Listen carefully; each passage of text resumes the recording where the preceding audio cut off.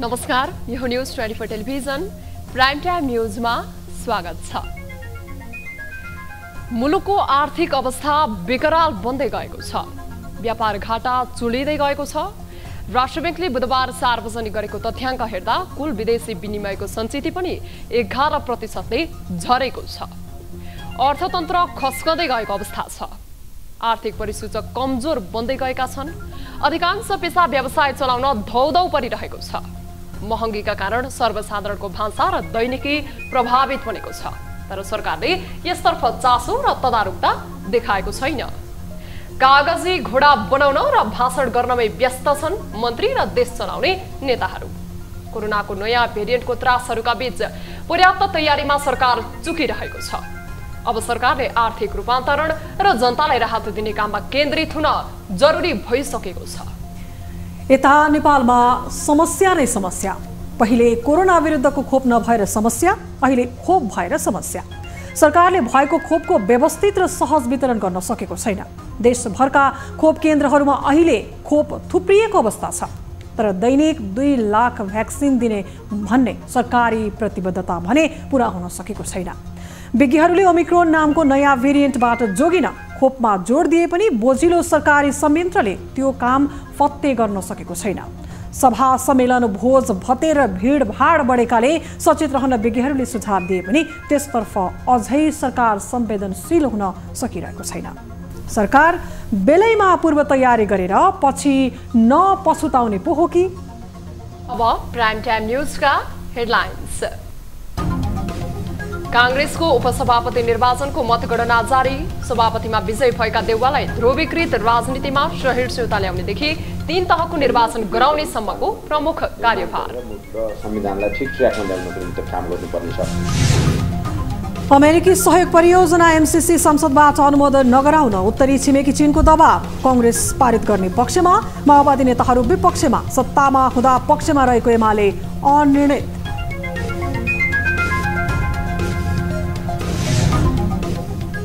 Corona विरुद्धको खोप वितरण अभियान सुस्त। प्रदेश तह पनि प्रभावकारी बन्न नसक्दा अपेक्षा अनुसार खोप वितरण भएन। खोप वितरणलाई गति दिन सरकार उदासीन। Covishield, aerosol, AstraZeneca, Johnson and Johnson. व्यापार घाटा चुलिँदा विदेशी विनिमय सञ्चितिमा दबाव। उपभोग्य वस्तु तथा सेवाको मूल्य पनि बढ्यो।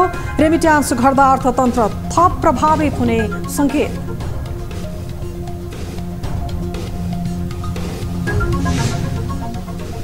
र बंगलादेशमा जारी अन्डर-19 महिला फुटबल च्याम्पियनसिपको दोस्रो खेलमा श्रीलङ्का विरुद्ध नेपालको शानदार जित। नेपालद्वारा श्रीलङ्का 6-0 को फराकिलो गोल अन्तरले पराजित।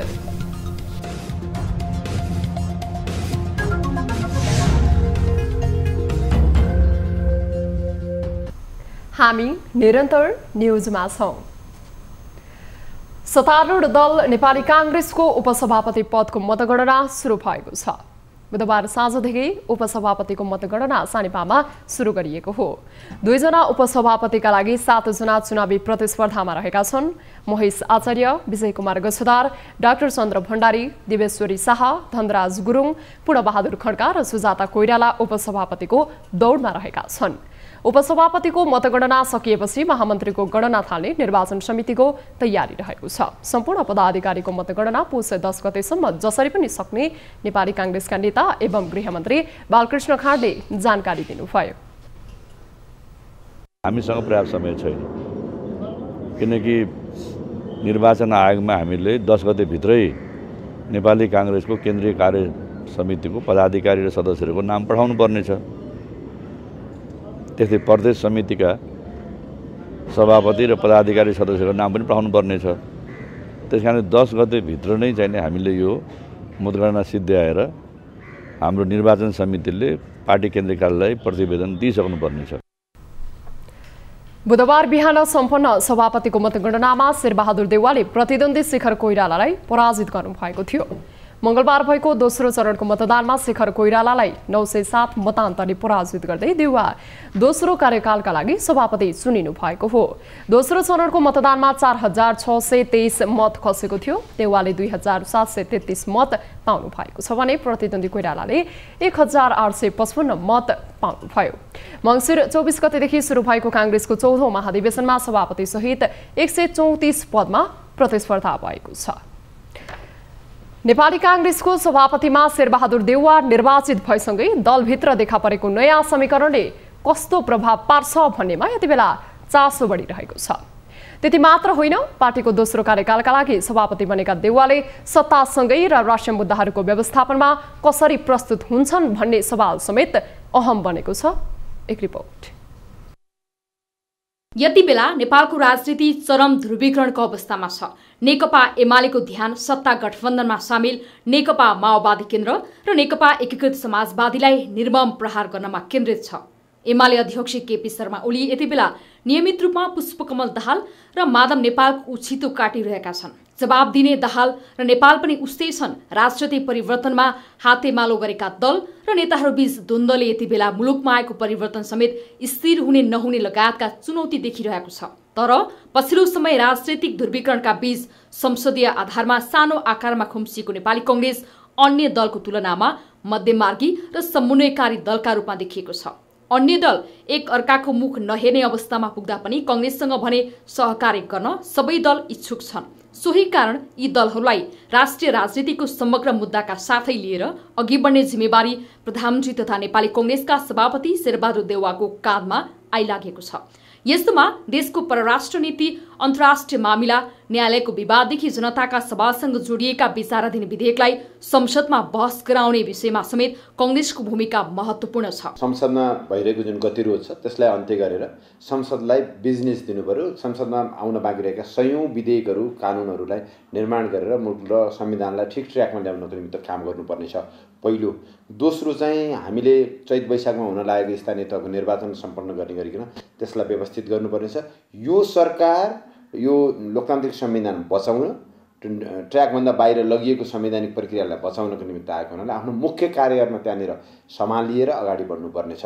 यति मात्र होइन, आगामी मङ्सिरबाट 3 तहको निर्वाचन सम्पन्न गराउने दायित्व छ कांग्रेस सभापति देउवाको। 2074 सालको निर्वाचनमा कांग्रेसले गुमाएको साख फर्काउने जिम्मेवारीका साथै राष्ट्रिय राजनीतिलाई सन्तुलित गराउनु पर्ने अवस्था छ। चेताको सवालमा, जनजीविकाको सवालमा र परराष्ट्र नीतिको सवालमा पनि सरकारलाई सन्तुलित ढङ्गले अगाडि बढाएर लिएर जानुपर्दछ।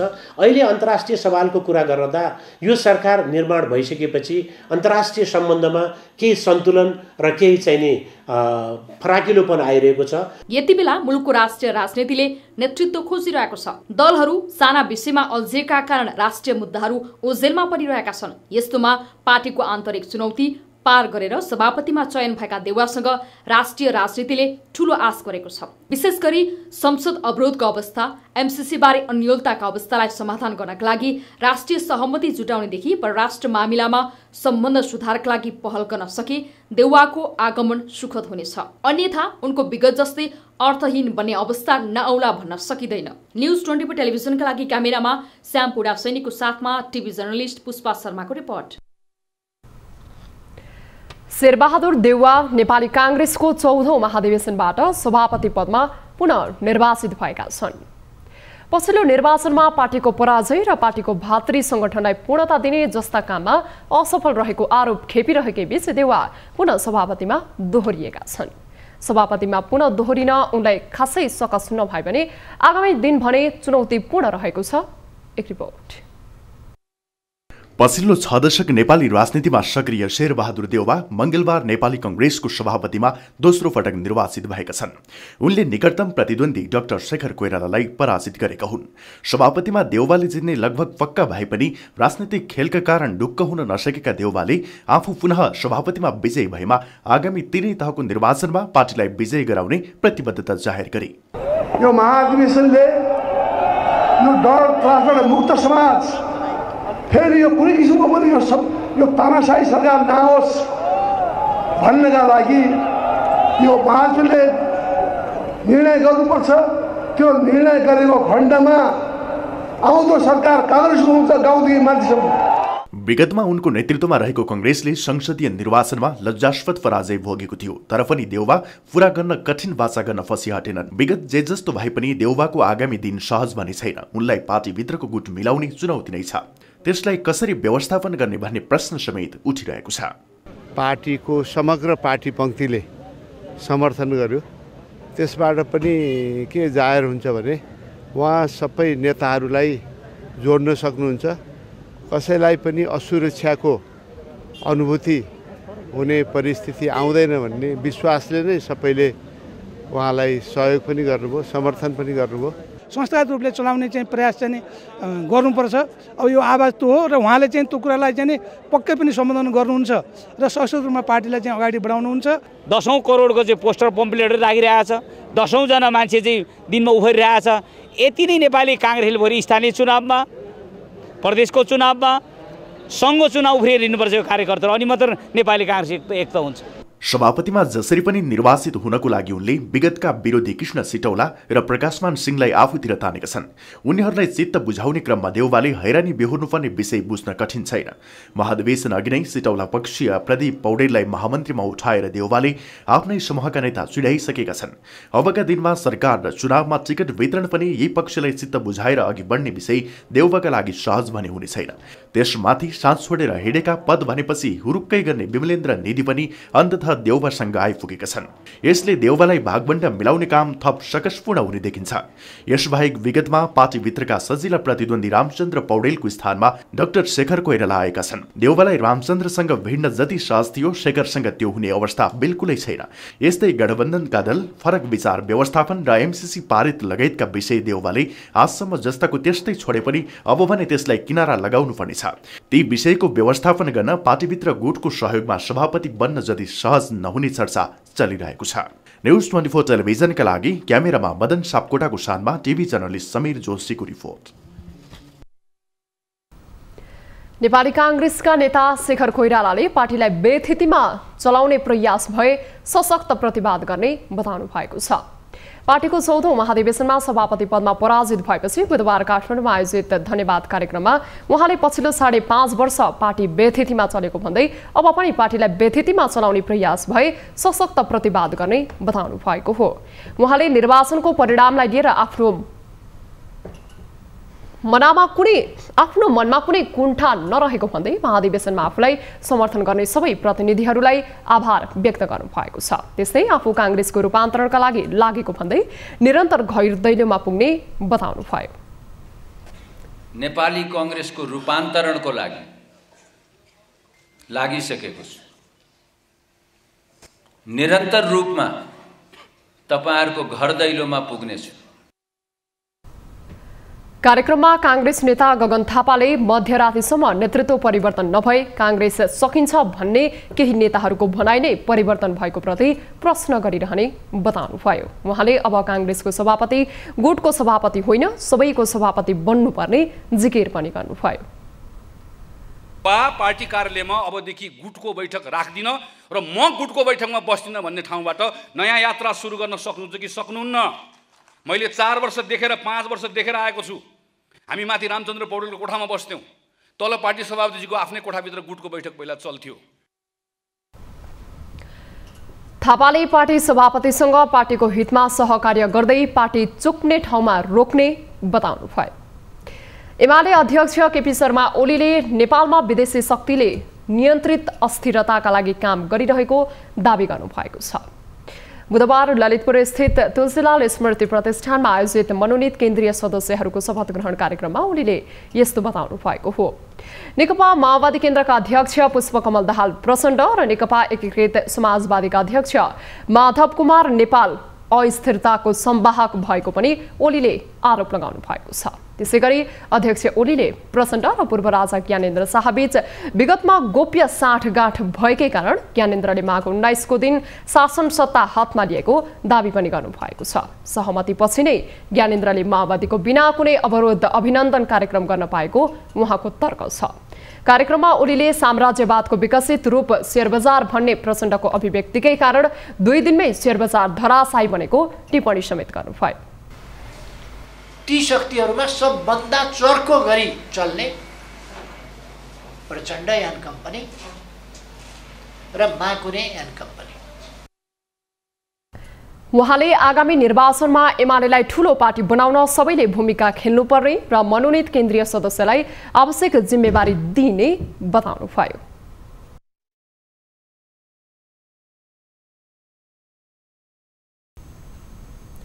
हामी निरन्तर न्यूजमा छौं। लामो समयदेखि सत्ता र शक्तिको नजिक रहेका शेरबहादुर देउवा पार्टीको 14औं महाधिवेशनमा पुनः पार्टीको सभापतिमा निर्वाचित भएका छन्। 14औं महाधिवेशनबाट पार्टीको नेतृत्वमा दोस्रो पटक पुगेको देउवाको 5.5 दशकताको राजनीतिक यात्रा कस्तो छ? एक रिपोर्ट। विक्रम सम्वत 2003 मा डडेलधुरा जिल्लाको 80 ग्राममा जन्मिएका शेरबहादुर देउवा पहिलो पटक विक्रम सम्वत 2021 सालदेखि नेपाल विद्यार्थी संघबाट राजनीतिमा प्रवेश गरेका हुन्। नेवी संघको संस्थापक अध्यक्ष बिपिन कोइरेला भए पनि 18 वर्षको उमेरमा नै राजनीति गरेका देउवा नेवी संघको पहिलो निर्वाचित अध्यक्ष समेत हुन्। उनी विद्यार्थी राजनीति सुरु गरेको करिब 7 वर्षपछि 2028 सालमा देउवा नेवी संघको अध्यक्ष बने। नेता बिपी कोइरेलाको प्रेरणाबाट राजनीतिमा होमिएका देउवाको 57 वर्ष राजनीतिक यात्रामा 2048 पछि निरन्तर सत्ता शक्तिको वरिपरि छन्। 5 पटक प्रधानमन्त्री भइसकेका उनी पार्टी नेतृत्वमा दोस्रो कार्यकालका लागि दोहोरिएका हुन्। 2046 सालको जनआन्दोलनपछि देउवा सुदूरपश्चिम क्षेत्रमा कांग्रेसको राजनीतिक प्रमुखको भूमिकामा रहेका थिए। 2048 सालको आम निर्वाचनमा डडेलधुराबाट प्रतिनिधि सभामा निर्वाचित भएका देउवा पहिलो पटक गिरिजाप्रसाद कोइरेला नेतृत्वको सरकारमा गृहमन्त्री बने। 2048 सालपछि देउवालाई राजनीतिमा कहिल्यै पछाडि फर्कनु परेन। उनी पहिलो र दोस्रो संविधान सभा निर्वाचनमा भने दुईवटा क्षेत्रबाट निर्वाचित भएका थिए। पहिलो संविधान सभामा डडेलधुरा र कञ्चनपुर 4 तथा दोस्रो संविधान सभामा डडेलधुरा र कैलाली 4बाट निर्वाचित भएका देउवा पार्टी र संसदीय राजनीतिमा कुटिल खेलाडी मानिन्छन्। 2052 सालमा पहिलो पटक प्रधानमन्त्री बनेका देउवा 2058 साल साउन 11 मा दोस्रो पटक, 2061 जेठ 21 मा तेस्रो पटक र 2074 जेठ 24 मा चौथो पटक र अहिले 2078 असार 29 मा बहालौला प्रधानमन्त्री हुन्। सत्ता र शक्तिको वरिपरि रहने भाग्यमानी नेता मानिने देउवाले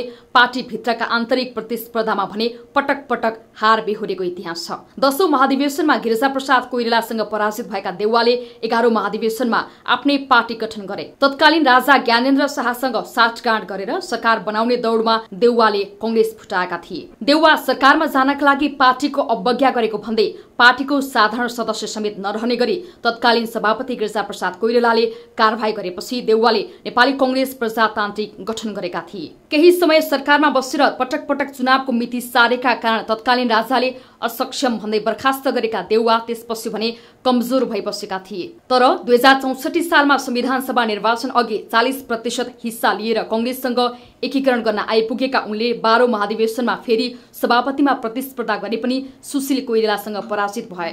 कोइरेला परिवारकै सहयोगमा विद्यार्थी राजनीतिमा उदाएका देउवाले समयक्रममा कोइरेलासँग प्रतिस्पर्धा गरे र अहिले उनले आफ्नै नेतृत्वमा कोइरेला परिवारका झैं शक्तिशाली समूह बनाएर पार्टीको नेतृत्वमा पुगेका छन्। हाल पार्टीको 14औं महाधिवेशन अघि देउवालाई हटाउन भनेर उनी विरुद्ध मोर्चाबन्दी गरे पनि देउवा विजय मात्र भएनन्, पार्टी इतिहासमा उनी सबैभन्दा शक्तिशाली बन्ने अवसर समेत पाए। विरोधी बनेको विमलेन्द्र निधि, प्रकाशमान सिंह, कृष्ण सिटोला समेतले देउवाकै पछि लागेपछि पार्टीमा देउवा अझै प्रभावकारी बन्ने देखिएका छन्। कांग्रेस नेतृत्वको टुङ्गो लागेसँगै पार्टीभित्र पुस्तान्तरणको बहस सुस्ताएको चर्चा चलेको छ। विगतमा नयाँ पुस्तालाई नेतृत्वमा ल्याउने भनिए पनि नेपाली कांग्रेसको 14औं महाधिवेशनले शेरबहादुर देउवालाई नै सभापति चुनेपछि यस्तो चर्चा चलेको हो। अन्य बेला पुस्तान्तरणको चर्को बहस हुने तर महाधिवेशनमा पुरानै पुस्ता हावी हुने प्रवृत्तिको पुनरावृत्ति भएको भन्दै कांग्रेसका केही नेता असन्तुष्ट बनेका छन्। चर्चित युवाहरूले यदि यसमा सभापतिमा भाग लियो भनेदेखि त्यसको अर्कै फरक किसिमले नतिजा हुन्थ्यो। तर उहाँहरूले के छ भने नारा दिने अनि भ्रमित बनाउने युवाहरूलाई र युवाको नाममा चाहिँ नि अन्तमा उहाँहरूले चाहिँ नि जब उनको एउटा भनौँ माहौल क्रिएट गरिसकेपछि अनि कसरी म कुनमा सेफ हुन्छु, कुन पदमा लड्दाखेरि म आफू सुरक्षित राख्न सक्छु भनेर बार्गेनिङ गर्ने अनि पदाधिकारीमा आएर बस्ने, त्यसमा युवाको नाममा खालि एउटा बार्गेनिङ पोइन्ट हो। सभापतिमा पुरानो पुस्ता आए पनि अन्य पदाधिकारीमा अझै पनि नयाँ पुस्ता आउने सम्भावना भने जीवितै छ। पार्टीमा विश्वप्रकाश शर्मा, डाक्टर मेनेन्द्र रिजाल, गगन थापा, डाक्टर प्रकाश शरण महत, डाक्टर राजाराम कार्की र प्रदीप पौडेल रहेका छन्। यस्तोमा बाँकी पदाधिकारीमा कुन पुस्ता हावी हुन्छ भन्ने विषयलाई चासोका साथ हेरिएको छ। अमेरिकी सहयोग परियोजना एमसीसी संसदबाट अनुमोदन गराउनु पर्ने बेला भइसकेको छ। अनुमोदन नभए करिब 56 अर्ब रुपैयाँ अनुदानमा पाउने सम्भावना समाप्त हुनेछ। यसले परियोजना गुम्ने मात्रै होइन, अमेरिकासँगको कूटनीतिक सम्बन्धमा पनि जटिलता आउन सक्ने सम्भावनामा चासो बढिरहेको छ। एक रिपोर्ट। अमेरिकी सहयोग परियोजना एमसीसी को विषय पछिल्लो समय नेपालमा राजनीति गर्ने विषय बन्यो। सत्तारूढ नेपाली कांग्रेस बाहेकका दलले यसलाई राजनीतिक दाउपेचको विषय बनाउँदा अहिले यसमा समस्या आइरहेको हो। पछिल्ला 5 वर्ष यता सत्तासीन भएका सबै दलले कुनै न कुनै रूपमा एमसीसीलाई स्वीकार गरिसकेको पृष्ठभूमि भए पनि अहिले यसबारे दलहरू एकमत छैनन्। कांग्रेस निरन्तर एमसीसी अनुमोदनको पक्षमा रहँदा सत्तासीन माओवादी केन्द्रका नेताहरू यसको खुलेरै विरोधमा लागेका छन्। सत्तामा रहँदा एमसीसी छिटो अनुमोदन गराउन चाहेको नेकपा एमाले यही मुद्दामा सत्तासीन दलहरूबीच विभाजनको पर्खाइमा छ। एमाले अध्यक्ष केपी शर्मा ओली पर्खर हेरको रणनीतिमा छन्। सत्तासीन दलहरूबीच खटपट भएर सत्ता साझेदार दल माओवादी र नेकपा एकीकृत समाजवादी सत्तासीन गठबन्धनबाट बाहिरियोस् भन्ने चाहना एमालेमा देखिन्छ। कतिपयले त एमसीसीले सत्ता उलटपुलट भएमा अन्यथा मान्नु नपर्ने विश्लेषण गर्न थालेका छन्। तर सरकारको नेतृत्व गरिरहेको कांग्रेसका सरकारमै रहेका नेताहरू भने अन्तिम क्षणमा माओवादी र एकीकृत समाजवादीले एमसीसी अनुमोदनमा साथ दिने विश्वास व्यक्त गरिरहेका छन्। नेपालमा एमसीसीको विरोध यो सैन्य रणनीति हो भन्दै गरिएको छ। एमसीसी अमेरिकाको इन्डो पेसिफिक रणनीतिको हिस्सा भएको र नेपालले यस्तो सैन्य रणनीतिमा सामेल हुन नहुने तर्क यसको विरोधीहरूले लगाउने गरेका छन्। तर अमेरिकाले एमसीसी सैन्य रणनीति होइन भनेर प्रश्न पारिसकेको छ। उता बेल्ट एन्ड रोड इनिसिएटिभ नाममा एसिया तथा अफ्रिकालाई जोड्ने महत्वाकांक्षी परियोजना अगाडि बढाएको चीनले एमसीसी अनुमोदन नगर्न नेपाली राजनैतिक दलहरूलाई दबाव दिन थालेको चर्चा समेत छ। विश्व राजनीतिमा बढ्दो अमेरिका र चीनको द्वन्द्वका बीच नेपाल मामिलामा दुवै देश हावी भएको देखिन थालेको छ। गत सोमबार मात्रै चिनिया कम्युनिस्ट पार्टीको अन्तर्राष्ट्रिय विभागका उपमन्त्री चेन चाओले एमाले महासचिव शंकर पोखरेलसँग भर्चुअल वार्तामा एमसीसी बारे चासो राखेका थिए। चिनिया पक्षले सत्ता गठबन्धनमा सहभागी नेपाली कांग्रेस, माओवादी केन्द्र, नेकपा एकीकृत समाजवादीलाई पनि यस्तो आग्रह गरिसकेको छ। एमसीसी होस् वा बीआरआई नेपालले आफ्नो आवश्यकता र औचित्यका आधारमा अघि बढाउने योजना हुन्। यस्ता योजनामा महाशक्ति राष्ट्रको दबावका आधारमा नेपालले कदम चाल्ने होइन, आफ्नै विवेकका आधारमा चल्नुपर्छ, अघि बढ्नुपर्छ। यस्ता विषय एक अर्का विरुद्ध काठ बन्नु हुँदैन। न्यूज 24 टेलिभिजनका लागि राजनीतिक ब्युरोको रिपोर्ट। श्रम, रोजगार तथा सामाजिक सुरक्षा मन्त्री कृष्ण कुमार श्रेष्ठले परम्परागत दासत्वको समस्या हल गर्न सरकार दृढ रहेको बताउनु भएको छ। कृषि बदुवा मजदुर अधिकार मञ्चले बुधबार काठमाडौँमा आयोजना गरेको कार्यक्रममा मन्त्री श्रेष्ठले देशका विभिन्न भूगोलमा रहेका हलिया, कमैया र हरुवा चरुवाको पुनर्स्थापनाका विषयमा देखिएका समस्या दिगो रूपमा समाधानका लागि पहल गर्ने बताउनुभयो। श्रेष्ठले पछाडि पारिएका वर्ग समुदायको उत्थान, पुनरुत्थान, रोजगारीसँग जोडिएका विषयहरूको न्यायोचित समाधान गर्ने प्रतिबद्धता जनाउनुभयो। उहाँले आवश्यकता, रुचि र सम्भाव्यताका आधारमा मुक्त हलियाहरूको सिप र क्षमताको विकास गर्ने, स्वरोजगार बनाउने, आय आर्जनमा लगाउने खालको कार्यक्रम ल्याउने प्रतिबद्धता जनाउनुभयो। साथै उहाँले बलपूर्वक श्रम र न्यून ज्यालाको समस्या समाधानको पहल गर्ने बताउनुभयो। सरकारले संविधानको मर्म र भावना अनुसार भूमिहीन, सुकुम्बासी तथा दासत्वसँग जोडिएका मुद्दाहरूलाई सदाका लागि अन्त्य गर्ने बताउनुभयो। अहिलेको सरकार संविधानको मर्म र भावना अनुसार भूमिहीन, सुकुम्बासी तथा दासत्वसँग जोडिएका मुद्दाहरूलाई सदाका लागि अन्त्य गर्न चाहन्छ। हलिया, बालीघरे, कमैया, कमलरी, हरुवा चरुवा जस्ता परम्परागत दासत्वको समस्या हल गर्न सरकार दृढ छ। कार्यक्रममा एमाले सांसद शान्ता चौधरीले कमैया, कमलरी र हलियाका रूपमा दुःख पाएकाहरू मुक्त भएपछि पनि न्यायिक पुनर्स्थापना प्रभावकारी हुन नसकेको बताउनुभयो। प्रदेश 1 का मुख्यमन्त्री राजेन्द्र कुमार राईले चाँडै मन्त्री परिषद विस्तार गरिने बताउनु भएको छ। मंगलबार विराटनगरमा सञ्चारकर्मीहरूसँग कुरा गर्दै मुख्यमन्त्री राईले गठबन्धन दलको महाधिवेशन र राष्ट्रिय सम्मेलनका कारण मन्त्री परिषद विस्तारमा ढिलाइ भइरहेको उल्लेख गर्नुभयो। कांग्रेस कार्यकर्ता प्रदेश फर्किएपछि तुरुन्तै मन्त्री परिषद विस्तार गरिने उहाँको भनाइ छ। उहाँले एउटै मन्त्रालयमा धेरै क्षेत्रको काम गाभिएको हुनाले मन्त्रालयलाई कामको आधारमा विभाजन गरेर मन्त्रालयको संख्या 9 देखि 11 पुर्याउने लक्ष्य रहेको समेत जानकारी गराउनुभयो। काम गर्न चाहिँ एउटै मन्त्रालयमा त्यसरी धेरै क्षेत्रको काम चाहिँ गाभेर राख्दाखेरि काम गर्न गाह्रो भइरहेको सन्दर्भमा अब हामी त्यसलाई चाहिँ विभाजन गरेर कामलाई छिटो छरितो बनाउनको लागि मन्त्रालय हामी विस्तार गर्छौं। मुख्यमन्त्री राईले मन्त्री परिषद विस्तारपछि सरकारले गतिशीलता प्राप्त गर्ने जानकारी दिँदै प्रदेश सरकारको अनावश्यक खर्च कटौती गर्न सरकारी भवनहरूको प्रयोग गरिने बताउनुभयो। राईको नेतृत्वमा गत कार्तिक 16 गते प्रदेश 1 सरकार गठन भएको थियो। न्युजहरू अझै बाँकी नै छन्, अहिलेलाई ब्रेक।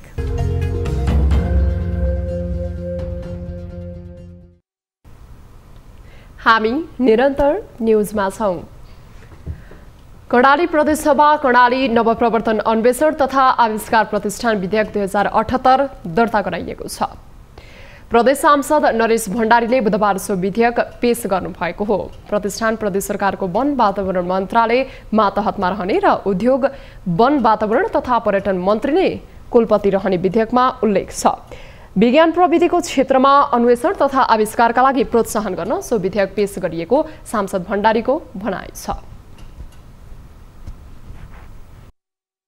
प्रतिभाहरूलाई यसले चाहिँ आकर्षित गर्छ र उनीहरूलाई योगदान राष्ट्रका लागि योगदान गर्नका निम्ति यसले चाहिँ इन्भाइरोमेन्ट पनि क्रिएट गरिदिन्छ। उहाँहरूको कदर पनि हो, उहाँहरूलाई प्रोत्साहन पनि हो। विधेयकमाथि छलफल गरी प्रतिवेदन तयार गरेर सभामुखलाई पेश गर्ने संसद सचिवालयले जनाएको छ। दर्ता ठुलो कुरा पनि होइन, यो दर्ता आजको मितिमा भइहाल्छ। हामीहरूले भोलि दर्तामा चाहियो भने यहाँहरूलाई हामी प्रदान गर्नेछौँ। आइसकेपछि यसको सामान्य प्रक्रिया के हुन्छ भन्दाखेरि हामीले यसको महत्त्व उपादेयता सम्बन्धमा अब हामीले अलिकति पब्लिक कन्सर्न गरेर छलफल गरेर यसलाई अलिकति के छ भन्दाखेरि एकदमै ठिक हो यसको पक्षमा हामीले प्रतिवेदन बनाएर सभामुखलाई दिने प्रचलन छ। यसअघि भण्डारीले संविधान सभा सदस्य रहेका बेला कर्णाली स्वास्थ्य विज्ञान प्रतिष्ठानबारे गैर सरकारी विधेयक संसदमा दर्ता गराउनु भएको थियो। सो विधेयक अनुसार प्रतिष्ठान गठन भएर यसै वर्षदेखि एमबीबीएस अध्ययन अध्यापन सुरु भइसकेको छ। कालीकोट शिक्षा विकास तथा समन्वय इकाइ प्रमुख महेश दत्त देवकोटालाई विप्लव नेतृत्वको नेकपा माओवादी कार्यकर्ताले कालो मोसो दलेका छन्। बुधबार दिउँसो कार्यालय समयमा सम्ममा आएका नेरा सुबयु क्रान्तिकारी र युवा संघका कार्यकर्ताले कालो मोसो दलेका हुन्। शिक्षा इकाइ प्रमुखलाई बारम्बार सचिन आग्रह गरेको तर नमानेपछि कालो मोसो दल्न बाध्य भएको जिल्ला सेक्रेटरी मणिलाल एडी रणदीपको भनाइ छ।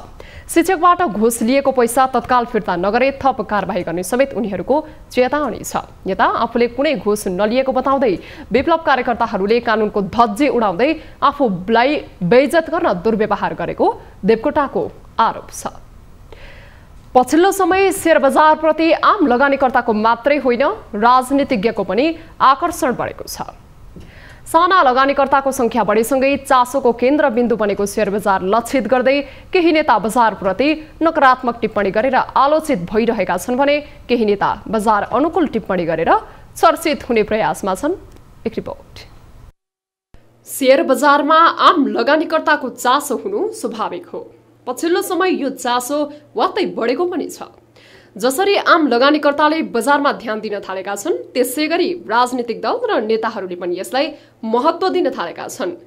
केही दिन अघि माओवादी अध्यक्ष पुष्पकमल दाहाल प्रचण्डले शेयर बजारबारे विवादास्पद टिप्पणी गरे। समग्र पुँजी बजारलाई साम्राज्यवादको विकसित रूप भनेर बजारप्रति नकारात्मक टिप्पणी गरेका प्रचण्डले प्रसङ्ग बिना नै बजारलाई प्रभावित पार्ने काम गरे। पुँजीको लगानी पुँजीमा हुने वित्तीय पुँजीवादको मुख्य विशेषता त्यो भएर देखा पर्यो। अहिले तपाईँ हेर्नुभयो भने यो धितोपत्र बोर्ड, सट्टा बजार, आइएमएफ, वर्ल्ड ब्याङ्क, एसियाली ब्याङ्क यी तपाईँ हामीले हेर्दाखेरि ब्याङ्क हुन पैसा यताउता गर्छन् भन्छौँ, होइन त्यति सजिलो। यो साम्राज्यवादका विकसित रूपहरू हुन्। प्रचण्डको भनाई बाहिरिएसँगै तीव्र गतिमा शेयर बजार ओह्रालो लाग्यो। सामाजिक सञ्जालमा लगानीकर्ता र विरोधीले प्रचण्डको चर्को आलोचना पनि गरे। पछिल्लो समय शेयर बजारमा आकर्षण बढेकोले यो विषयमा लामै बहस समेत भयो। प्रचण्डको आलोचना भइरहेको अवसरलाई नेकपा एमालेका अध्यक्ष केपी शर्मा ओलीले मौकाको रूपमा उपयोग गरेका छन्। प्रचण्डले चन्दा नपाएका कारण शेयर बजारबारे नकारात्मक टिप्पणी गरेको ओलीको आरोप छ। हुन त विरोधीको साना गल्तीमा समेत कडा रूपमा प्रस्तुत हुने ओलीले प्रचण्डलाई लेनिन भन्दा पनि जान्ने भएर शेयर बजारबारे भनाइराखेको आरोप लगाएका छन्। साम्राज्यवादको विकसित रूप चाहिँ लेनिनले भन्दा पनि अलिकति बढ्दै जान्ने भएछन्। 2 स्टेप पुँजीवाद विकसित हो भएर साम्राज्यवाद हुन्छ भनेर लेनिनले भनेका थिए। त्योभन्दा माथि गएर साम्राज्यवाद विकसित भएपछि सेयर पुँजीमा जान्छ, सेयर बजार भनेर प्रचण्डले एउटा नयाँ थेसिस ठोकिदिए। 2 दिनमा सेयर बजार धराशायी। त्यसको जनताको जीवनमा कति असर हुन्छ, सेयर लगानीकर्ताहरूको अवस्था कस्तो हुन्छ, तिनीहरूको आर्थिक स्थिति के हुन्छ। पछिल्लो समय शेयर बजार नकारात्मक दिशामा गइरहेको छ। यसको कारण राष्ट्र बैंकको मौद्रिक नीति मूल कारण हो भने राष्ट्र बैंकले नै तरलता समस्या समाधान नगर्नु पनि रहेको विश्लेषकहरू बताइरहेका छन्। यसमा रोचक के छ भने हालका गभर्नर महाप्रसाद अधिकारी केपी ओली प्रधानमन्त्री हुँदा नै नियुक्त भएका हुन्। लगानीकर्ताहरूले गभर्नरप्रति आरोप लगाइरहँदा मौन रहेका ओली प्रचण्डको टिप्पणीप्रति भने आक्रामक बने। यसले कतै ओली शेयर बजारप्रति होइन प्रचण्डको भनाइमा मात्रै लक्षित भएका हुन् कि भन्ने आशंका पनि पैदा भएको छ। न्युज 24 टेलिभिजनका लागि टिभी जर्नलिस्ट राजन ढकालको रिपोर्ट। कोरोना महामारीको प्रकोप विश्वव्यापी रूपमा फैलिँदा नेपाल पनि अछुतो रहन सकेन। लामो समय लकडाउनको कारण आर्थिक गतिविधि ठप्प पार्दा समेत कोरोना भाइरसको संक्रमण फैलिनबाट रोक्न सकेन। संक्रमण नियन्त्रणको एउटै अस्त्र भनेको खोप नै रहेको पुष्टि भइसकेकोले नेपालले पनि खोप अभियान तीव्र पारेको छ। तर लामो समयदेखि खोप वितरणलाई प्राथमिकतामा राख्दा समेत नेपालमा खोप अभियान अपेक्षाकृत गतिमा अघि बढ्न भनिसकेको छैन। एक रिपोर्ट। सरकारले यति बेला खोप अभियानलाई तीव्रता दिएको छ। कोरोना भाइरसको महामारी बढिरहेकाले पनि सरकारले अभियानलाई जोडतोडका साथ अघि बढाएको हो। खोप आयातको काम समेत निर्बाध रूपमा भएकाले खोपको वितरण दर भने बढाउनु पर्ने चुनौती सरकारसँग छ। तर सरकार भने विगतकै शैलीमा काम गरिरहँदा महामारीको लामो समयसम्म पनि सबै नागरिकसम्म खोप पुग्न सकेको छैन। कोरोना भाइरसको नयाँ भेरिएन्ट आउने क्रम जारी रहेकाले खोप अभियानका लागि थप तदारुकता देखाउनु पर्ने भए पनि सरकार यसमा चुकेको छ। सुदूरपश्चिम प्रदेशमा पनि अपेक्षाकृत खोप वितरण हुन सकेको छैन। यहाँ हालसम्म 24,04,165 डोज कोरोनाको खोप भित्रिएको छ। जस अनुसार सबैभन्दा बढी भेरोसेल 14,88,700, Covishield 3,18,000, AstraZeneca 2,49,400, Johnson and Johnson 1,36,800 dose खोप प्राप्त भएको छ। यस्तै मोडर्नाको 2,11,200 डोज सोमबार मात्रै प्राप्त भएको प्रदेश स्वास्थ्य आपूर्ति व्यवस्था कार्यालय धनगढीले जनाएको छ। हामीसँग अहिले सम्म प्राप्त भएको खोप चाहिँ हाम्रो 24,04,165 डोज हो, जसमध्ये हाम्रो Covishield, Verocell, AstraZeneca, Johnson and Johnson र मोडर्ना गरेर यो खोपहरू प्राप्त भएको हो। मोडर्ना चाहिँ हामीले हिजो मात्रै प्राप्त गरेका हौँ भने यो सप्लाई हुने क्रममा रहेको छ। अन्य खोपहरू हाम्रो अधिकांश मात्रामा सप्लाई भइसकेको छ, प्रत्येक जिल्लामा ढुवानी भइसकेको अवस्था छ। प्राप्त खोप मध्ये अब कार्यालयसँग झण्डै 2,88,000 डोज खोप मौजदात रहेको छ। यद्यपि प्रदेशमा कोरोना विरुद्धको खोप लगाउन योग्य जनसङ्ख्या 19,48,000 बढी छ, जसमध्ये 11 लाख बढीले खोप लगाउन अझै बाँकी छ। प्रदेश सरकारको आँकडा अनुसार 50%ले कोरोना विरुद्धको खोप लगाएका छन् भने पूर्ण खोप भने 46%ले मात्रै पाएका छन्। महामारी बढिरहेको सन्दर्भमा यो दरमा खोप वितरणलाई सफल मान्न सकिँदैन। यस्तै कर्णाली प्रदेशको अवस्था पनि फरक छैन। त्यहाँ हालसम्म 4,02,000 जनाले कोरोना विरुद्धको पूर्ण खोप लगाएका छन्। यस्तै 6,16,000 जनाले पूर्ण मात्रा खोप लगाएका छन्। कर्णाली प्रदेश स्वास्थ्य सेवा निर्देशनालय सुर्खेतको प्रदेशको प्रक्षेपित जनसङ्ख्या 18,34,000 रहेको छ। त्यसमध्ये खोप लगाउने उमेर समूह अर्थात् 18 वर्ष माथिको जनसङ्ख्या 12 लाख छ। लक्षित जनसङ्ख्याको 51%ले एक मात्रा र 33% मानिसहरूले पूर्ण मात्रा खोप लगाएका छन्। कर्णाली प्रदेशमा हाल कोभिसिल्ड, भेरोसेल, मोडर्ना र एस्ट्राजेनेका गरी 5 प्रकारका खोप नेपाल सरकारले पठाएको थियो। अझै 3,29,487 डोज खोप बाँकी छ। लक्षित उमेर समूहका मानिसहरू खोप लगाउन नआउँदा खोप अभियान प्रभावित भएको छ।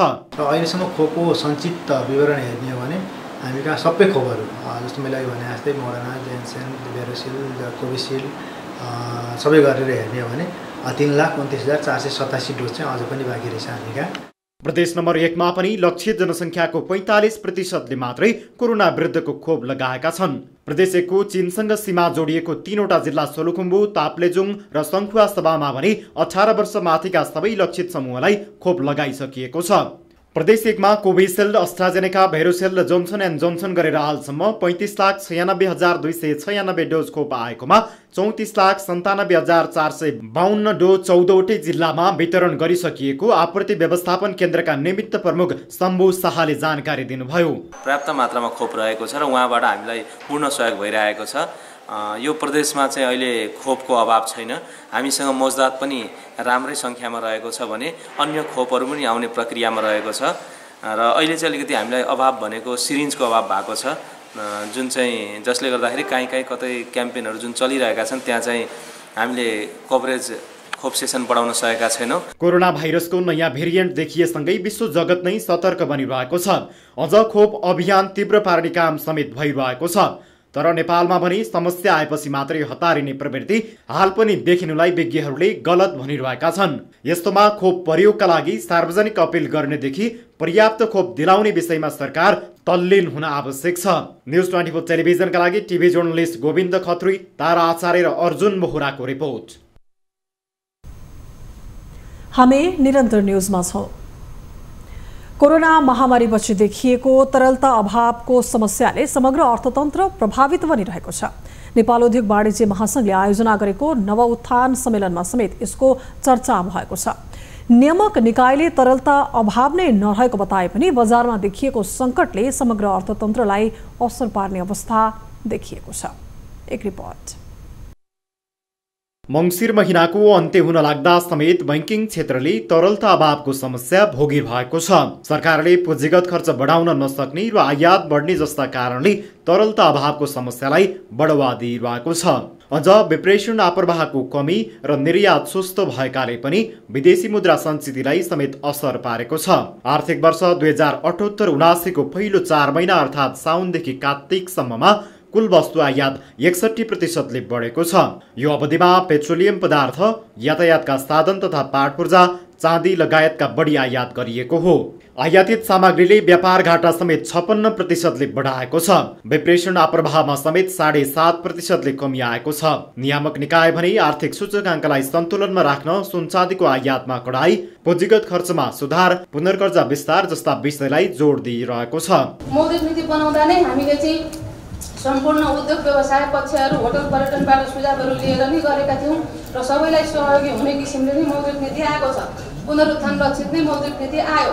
त अब पुनरुत्थान लक्षित मौद्रिक नीति आइसकेपछि त्यसले त अर्थतन्त्रमा त चाहिँ सहजता र सहयोग पुर्यायो, कर्जा पनि धेरै प्रभाव भयो। भइसकेपछि अब त्यसपछि बिस्तारै ती नीतिहरूले चाहिँ तरलता चाप चाहिँ केही हदसम्म ल्यायो। त त्यो तरलता चापलाई कम गर्ने उपायहरू पनि हामीले अवलम्बन गरिराखेकै छौँ। आर्थिक वर्षको 4 महिना पूरा हुँदा समेत सरकारले 6% मात्र पुँजीगत खर्च गर्न सकेको छ। सरकारी ढुकुटीमा पैसा थुपार्दै चर्को नारा लगाउने प्रवृत्तिका कारण समेत तरलता अभावको समस्या हालसम्म जारी रहेको बुझ्न कठिन छैन। तरलता अभावको समस्या भने केही नीतिका कारण समेत भएको बैंकर्सहरू बताउँछन्। पोहोरको हामी सस्तोमा गयौँ, सप्लाई बढी थियो, डिमान्ड कम थियो, प्राइस हामी कहाँसम्म गयौँ भने बेस रेट बिलो पनि हामी इन्भेस्टमेन्ट गऱ्यौँ इन्डस्ट्रीमा। हामी त खुसी थियौँ। यो त्यो बेला हामीले के गर्यौँ त हेर्नु, सम्झनु त, सस्तोमा पैसा, रिल्याक्सेसन कारवाही नहुने, रिफाइनेन्स फेरि सस्तोमा, जुन बेला पैसा सस्तो थियो हामीले रिफाइनेन्स पनि त्यही गर्यौँ। नेपाल उद्योग वाणिज्य महासंघले बदलिदो परिस्थितिमा तीव्र र दिगो आर्थिक वृद्धिको लागि काठमाडौँमा नवउत्थान सम्मेलनको आयोजना गरेको हो। सम्मेलनमा देशले भोग्नु परेको तरलता अभाव, व्यापार घाटा, विदेशी विनिमय सञ्चित दबाव लगायत समस्या समाधानको चर्चा गरिएको छ। न्युज 24 टेलिभिजनका लागि क्यामेरामा कान्छा डङ्गोलका साथमा टिभी जर्नलिस्ट रबिन ठकुरीको रिपोर्ट। आर्थिक वर्ष 2078-79 को कार्तिक महिनासम्ममा विदेशी विनिमय सञ्चिति 11% घटेको छ। बुधबार नेपाल राष्ट्र ब्याङ्कले चालु आर्थिक वर्षको 4 महिनाको वर्तमान आर्थिक तथा वित्तीय स्थिति सार्वजनिक गरेको हो। पछिल्लो समय आयात अत्यधिक बढ्दा ब्याङ्क तथा वित्तीय क्षेत्रमा विदेशी विनिमय सञ्चिति घटेको तथ्याङ्क सार्वजनिक गरेको हो। ब्याङ्किङ क्षेत्रसँग विदेशी विनिमय सञ्चिति 8 महिनाको वस्तु र 7 महिनाको वस्तु तथा सेवा आयात धान्नमा मात्र सीमित रहेको राष्ट्र ब्याङ्कले उल्लेख गरेको छ। समीक्षा अवधिमा विप्रेषण प्रवाहमा समेत 7.5% कमी आएको छ। यो अवधिमा 3 खर्ब 12 अर्ब रुपैयाँको विप्रेषण भित्रिएको छ। शोधान्तर स्थिति 1 खर्ब 50 अर्ब रुपैयाँले घाटामा छ। चालु खाता समेत 2 खर्ब 23 अर्ब रुपैयाँले घाटामा रहेको छ। यस्तै आर्थिक वर्ष 2078-79 को पहिलो 4 महिना अर्थात् साउनदेखि कार्तिकसम्ममा कुल वस्तु आयात 61% बढेको छ। आयातित सामग्रीले व्यापार घाटा समेत 56% बढाएको छ। नेपाल राष्ट्र ब्याङ्कले देशको वर्तमान आर्थिक स्थिति सार्वजनिक गर्दै मुद्रास्फीति समेत बढेको जनाएको छ। कार्तिक महिनामा वार्षिक बिन्दुगत उपभोक्ता मूल्य वृद्धि दर 5% नाघेको छ। कार्तिकमा मूल्य वृद्धि दर 5.32% रहेको राष्ट्र ब्याङ्कले जनाएको छ। समीक्षा महिनामा खाद्य तथा पेय पदार्थ समूहको मुद्रास्फीति 4.79% र गैर खाद्य तथा सेवा समूहको मुद्रास्फीति 5.73% छ। अब बिजनेस न्यूज। साताको चौथो कारोबारको दिन बुधबार शेयर बजारमा सामान्य गिरावट आएको छ। मंगलबार 137 अङ्कले घटेको शेयर बजारमा बुधबार भने 4.23 अङ्कले घटेको हो। नेपाल स्टक एक्सचेन्ज नेप्से परिसूचक 4.23 अङ्कले घटेर 2414.62 बिन्दुमा कायम भएको छ। बुधबार सेन्सेटिभ परिसूचक पनि 0.89 अङ्कले घटेर 459.41 बिन्दुमा कायम भएको छ। बुधबार 96 कम्पनीको शेयर मूल्य बढेको छ भने 84 कम्पनीको शेयर मूल्य घटेको छ। 9 कम्पनीको शेयर मूल्य भने यथावत रहेको छ।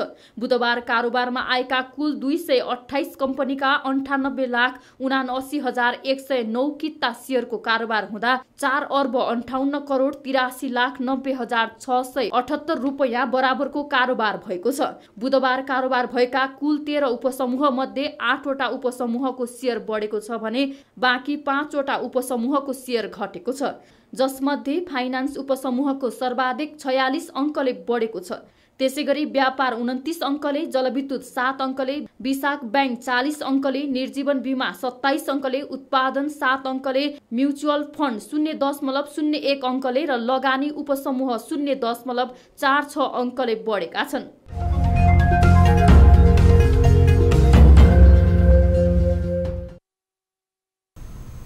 न्युजहरू अझै बाँकी छन्, अहिलेलाई ब्रेक।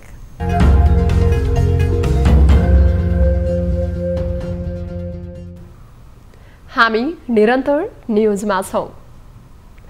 अब स्पोर्ट्स न्युज।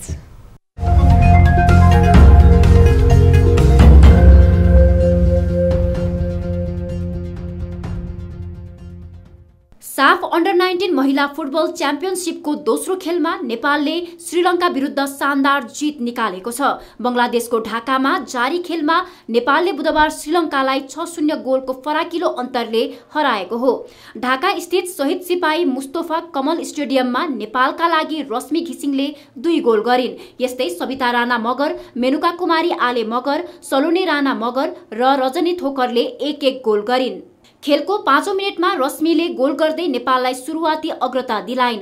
प्रीति राईको पासमा रश्मिले पेनाल्टी एरियाको बाहिरबाट गोल गरिन्। 7औं मिनेटमा सविताले गोल गर्दा नेपालको अग्रता 2-0 को बन्यो। खेलको 43औं मिनेटमा मेनुकाले गोल गर्दै नेपाललाई 3-0 को अग्रता दिलाइन्। खेलको 48औं मिनेटमा सलोनी राणा मगरको क्रसमा रजनीले गोल गर्दै नेपालको अग्रता 4-0 मा पुर्याइन्।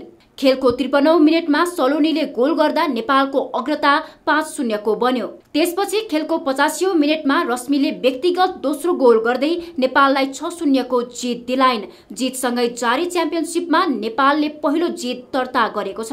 नेपालले 2 खेलमा 4 अङ्क जोडेको छ। नेपाल अङ्क तालिकाको दोस्रो स्थानमा रहेको छ। पहिलो खेलमा नेपालले बंगलादेशसँग गोल रहित बराबरी खेलेको थियो। श्रीलङ्काको भने यो लगातार तेस्रो हार हो। अङ्कविहीन श्रीलङ्का अङ्क तालिकाको पुछारमा रहेको छ। च्याम्पियनशिपको तेस्रो खेलमा नेपालले भुटान विरुद्ध डिसेम्बर 17 र अन्तिम खेल भारत विरुद्ध डिसेम्बर 19 मा खेल्नेछ।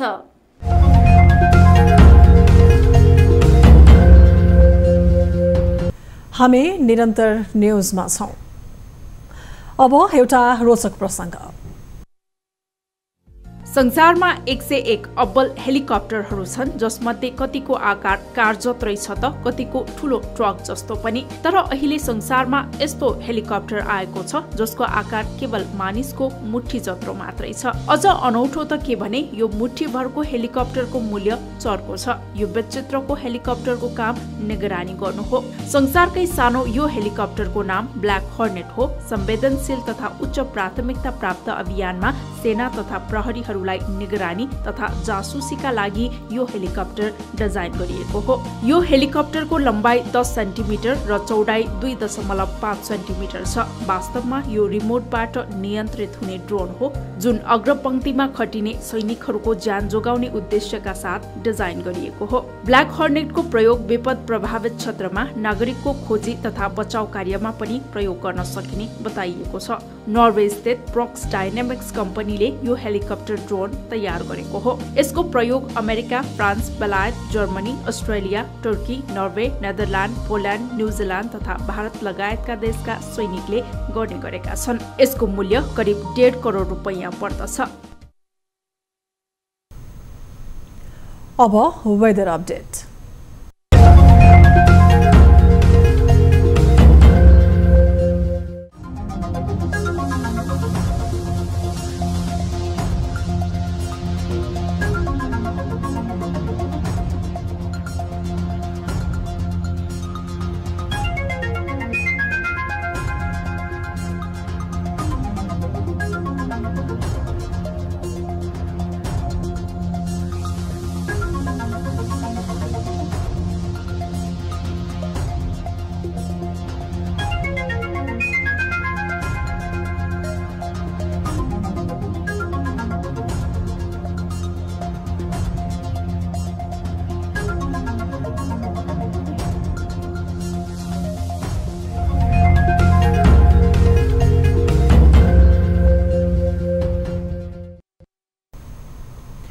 अब प्राइम टाइम न्यूज सकिनु अघि अहिलेसम्मका हेडलाइन्स पुनः एकपटक।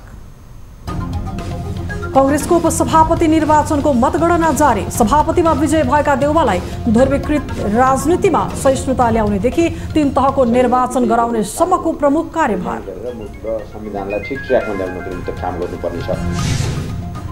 अमेरिकी सहयोग परियोजना एमसीसी संसदबाट अनुमोदन नगराउन उत्तरी छिमेकी चीनको दबाव। कांग्रेस पारित गर्ने पक्षमा, माओवादी नेताहरू विपक्षमा। सत्तामा हुँदा पक्षमा रहेको एमाले अनिर्णित। कोरोना विरुद्धको खोप वितरण अभियान सुस्त। प्रदेश तह पनि प्रभावकारी बन्न नसक्दा अपेक्षा अनुसार खोप वितरण भएन।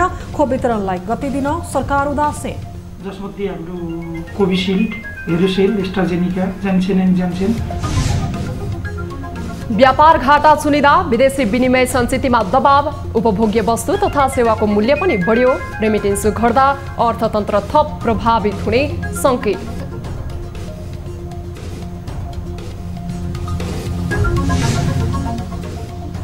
र बंगलादेशमा जारी अन्डर-19 महिला फुटबल च्याम्पियनशिपको दोस्रो खेलमा श्रीलङ्का विरुद्ध नेपालको शानदार जित। नेपालद्वारा श्रीलङ्का 6-0 गोलको फराकिलो अन्तरले पराजित।